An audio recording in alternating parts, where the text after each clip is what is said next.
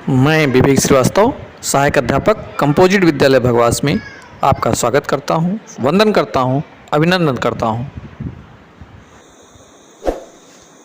नमस्ते बच्चों, आज तैयारी जीत की कक्षा में आपका स्वागत है। एनएमएमएस प्रतियोगिता के लिए आज हम गणित विषय लेकर उपस्थित हुए हैं आपके समक्ष। इसमें पहला चैप्टर वर्ग एवं वर्गमूल। वर्ग एवं वर्गमूल के प्रश्नों को हम कम समय में आसानी से कैसे हल कर सकते हैं, आज हम ये सीखेंगे। आप जिससे परीक्षा में आपके समय की बचत हो और आप सभी प्रश्नों को अच्छे से हल कर पाएं। तो उसके लिए हमको वर्ग एवं वर्गमूल के कुछ बेसिक नियमों को जानना होगा, समझना होगा। आइए देखते हैं वे बेसिक नियम कौन कौन से हैं आपके सामने। नियम नंबर 1। नियम नंबर 1 में क्या है?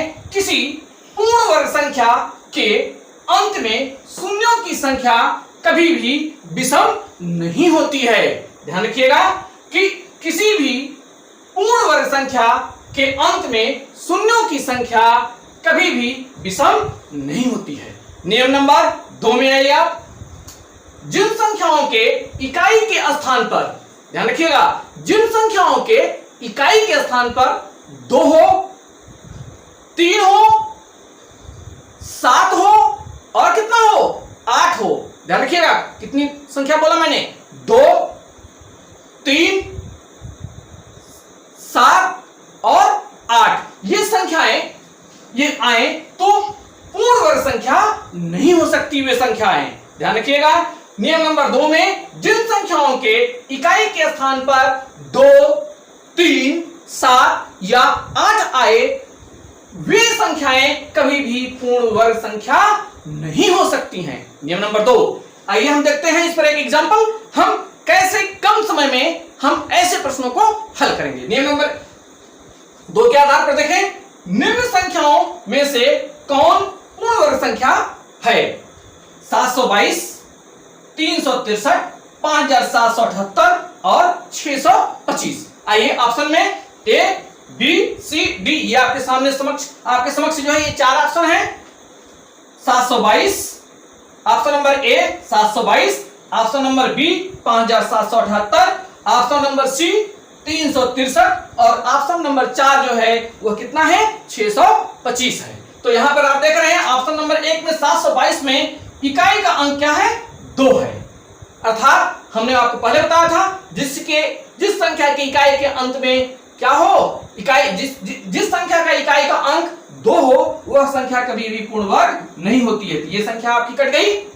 ठीक, इसके बाद देखें ऑप्शन नंबर बी में, यहां 5778 में यहां पर देखें इकाई का अंक कितना है? 8 है। तो ये भी संख्या आपका क्या हुआ? पूर्ण वर्ग नहीं हो सकता है। ऑप्शन नंबर सी में देखें 363 में यहां पर जो है इकाई का अंक कितना है? 3 है। अर्थात ये भी संख्या पूर्ण वर्ग नहीं होगी, कट गई। अब यहां ऑप्शन नंबर डी आपको ऑटोमेटिक बचा। यहां पर देख रहे हैं इकाई का अंक 5 है जो कि बताए गए नियम नंबर 2 को ये जो है कि देख रहे हैं उसमें नहीं है। अर्थात ये ऑप्शन क्या होगा? सही होगा। अर्थात 625 आंसर क्या होगा इसका? आंसर होगा इसका 625। Very good. आइए देखते हैं अगला एग्जाम्पल। निम्न में से कौन सी संख्या पूर्ण वर्ग नहीं है? ध्यान रखिएगा, प्रश्न को बहुत ही ध्यान से पढ़िएगा, अन्यथा जो है गलत हो जाएगा। यहां पर इस बार जो है देखें प्रश्न में क्या है, यहां पर क्या लिख रहा है कि पूर्ण वर्ग नहीं है। ध्यान से रखिएगा, प्रश्न को ध्यान से पढ़िएगा। यहां पर देखें ऑप्शन नंबर ए में क्या है आपका? है 4900, बी में क्या है आपका? 90,000 है और यहां पर देखें आप सी ऑप्शन में क्या है आपका? इकाई, दहाई, सैकड़ा, हजार, 10,000, लाख, 8,10,000 है। यहां पर देखें आप ऑप्शन नंबर डी में कितना है आपका? 81,000 है। तो यहां पर हमको क्या देखना है? हमको ये देखना है कि कौन सी संख्या जो है कि वह पूर्ण वर्ग नहीं है। ध्यान रखिएगा। तो हम यहां पर आएंगे नियम नंबर 1 के अकॉर्डिंग। नियम नंबर 1 के अकॉर्डिंग देखिए यहां पर ऑप्शन नंबर ए में जो है कि कितने हैं? 0, दो जीरो हैं जो कि क्या है, सम है। यहां पर आइए आप ऑप्शन नंबर बी में देखिए, यहां पर जीरो की संख्या कितनी है, 4 है, जो कि क्या है, सम है, अर्थात ये भी कट गया और ये भी कट गया। ठीक, ऑप्शन नंबर सी में देखें, यहां पर जीरो की संख्या कितनी है, यहां भी 4 है, अर्थात ये भी क्या हुआ, कट गया। अब आपके पास केवल एक ऑप्शन बचता है, वो क्या है, डी है। यहां पर देख रहे हैं कि यहां पर क्या है, जीरो कितने हैं, 3 है, अर्थात जो है कि हमारा जो है ये ऑप्शन नंबर डी ऐसी संख्या है जो कि पूर्ण वर्ग नहीं है। यही हमको क्या करना था, खोजना था। तो इसका राइट आंसर क्या हुआ, डी राइट आंसर हो गया आपका। आंसर इसका हुआ कितना आपका, ये हुआ आपका 81,000। आशा करते हैं आपको ऊपर के दो नियम जो है समझ में आ गए होंगे। अब हम चर्चा करेंगे नियम नंबर 3। आइए देखते हैं नियम नंबर 3 क्या है। नियम नंबर 3 में सम संख्या का वर्ग सदैव सम संख्या होता है और विषम संख्या का वर्ग सदैव क्या होता है, विषम संख्या होता है। सम विषम का कॉन्सेप्ट आप जानते हैं कि सम संख्याएं ऐसी संख्याएं होती हैं जिसके इकाई का अंक कितना होता है, 2 होता है, 4 होता है, 6 होता है, 8 होता है। ऐसी संख्याओं को हम क्या कहते हैं, सम संख्याएं कहते हैं। विषम संख्याओं का कॉन्सेप्ट क्या है आपका, कि ऐसी संख्याएं जिसका इकाई का अंक क्या होता है, 1 होता है, 3 होता है, 5 होता है, 7 होता है, 9 होता है। ऐसी संख्याओं को हम क्या कहते हैं, विषम संख्याएं कहते हैं। और यहां पर आइए देखते हैं एक एग्जांपल इस पर। यहां पर देखें, निम्न पूर्ण संख्याओं में कौन सी संख्या सम संख्या का वर्ग है। यहां पर आपको क्या निकालना है, सम संख्या का वर्ग आपको निकालना है। ध्यान रखिएगा, ऑप्शन नंबर ए में कितना है, 625 है।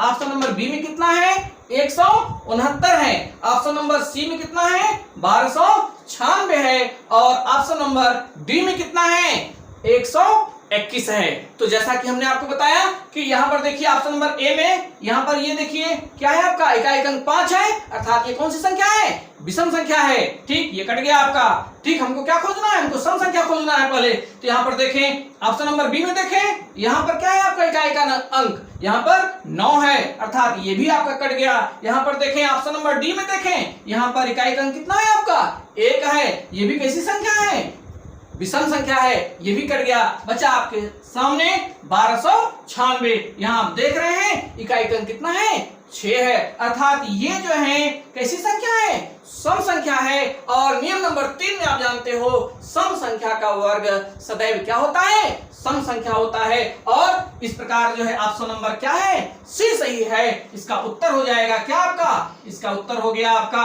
1296। आइए देखते हैं अगला एग्जांपल। निम्न पूर्ण संख्याओं में कौन सी संख्या विषम संख्या का वर्ग है। यहां पर देखिए ऑप्शन नंबर ए 169 है, ऑप्शन नंबर बी 400 है, ऑप्शन नंबर सी 900 है और ऑप्शन नंबर डी क्या है आपका, 1600 है। जैसा कि आपको नियम में बताया गया कि सम संख्या का वर्ग सदैव जो है सम होता है और विषम संख्या का वर्ग सदैव क्या होता है, विषम होता है। आप देख सकते हैं कि यहां पर ऑप्शन नंबर ए में जो है इकाई का अंक क्या है आपका, 9 है, अर्थात 169 जो है क्या है आपकी विषम संख्या है। तो अर्थात जो है कि यही आपको मिल गया क्या, उत्तर। कितना हुआ उत्तर इसका, 169। ठीक, आंसर कितना हो गया आपका, आंसर हो गया आपका 169। ऑप्शन नंबर ए सही है।